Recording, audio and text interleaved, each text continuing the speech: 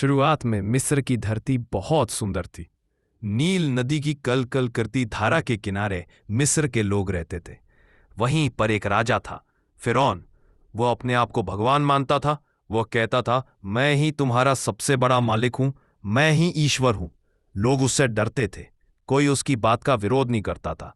लेकिन उस वक्त अल्लाह ने एक बच्चे को चुना, हजरत मूसा अलैहिस्सलाम, जिन्हें आगे जाकर फिरौन का सामना करना था।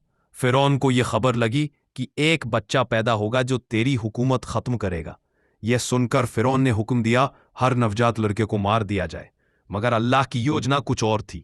मूसा की मां ने अपने बच्चे को एक छोटी सी टोकरी में रखकर नील नदी में बहा दिया। वह टोकरी बहते बहते फिरौन के महल तक पहुंच गई। फिरौन की बीवी आसिया ने बच्चे को देखा और कहा, ये बच्चा हमारे लिए आंखों की ठंडक है, इसे मत मारो। फिरौन ने मजबूरी में बच्चे को जीवित रहने दिया। समय बीतता गया, मूसा बड़े हुए और एक दिन उन्होंने देखा कि एक मिस्री सिपाही एक इजरायली आदमी पर जुल्म कर रहा है। मूसा ने गुस्से में सिपाही को मारा और वह मर गया। मूसा डर गए और मिस्र छोड़कर भाग गए। वह कई साल तक मदयन नाम की जगह पर रहे। वहीं पर उन्होंने शादी की और अल्लाह की तरफ से पैगंबरी मिली। अल्लाह ने कहा, मूसा, तुम मेरे दूत हो, मिस्र वापस जाओ और फिरौन से कहो कि वह तौबा करे और लोगों को आजाद करे। मूसा अलैहिस्सलाम अपने भाई हारून अलैहिस्सलाम से मिस्र लौटे। उन्होंने फिरौन के सामने कहा, अल्लाह का पैगाम सुनो। वह एक है और वह चाहता है कि तुम उसकी बंदगी करो। लेकिन फिरौन हंसा और बोला, क्या मैं तेरे जैसे आदमी की बात मान लूं? मैं खुद भगवान हूं। मूसा ने अपनी लाठी जमीन पर फेंकी। वह अजगर बन गई।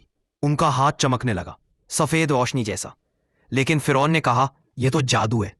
उसने अपने राज्य के सारे जादूगरों को बुला लिया। जादूगरों ने रस्सियां और लकड़ियां फेंकी। वे सांपों जैसी दिखाई देने लगी।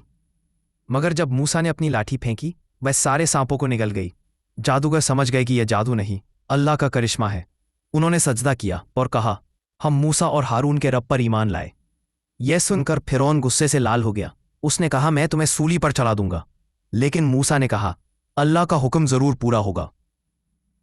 फिरौन ने मूसा और इसराइल की कौम को बहुत सताया।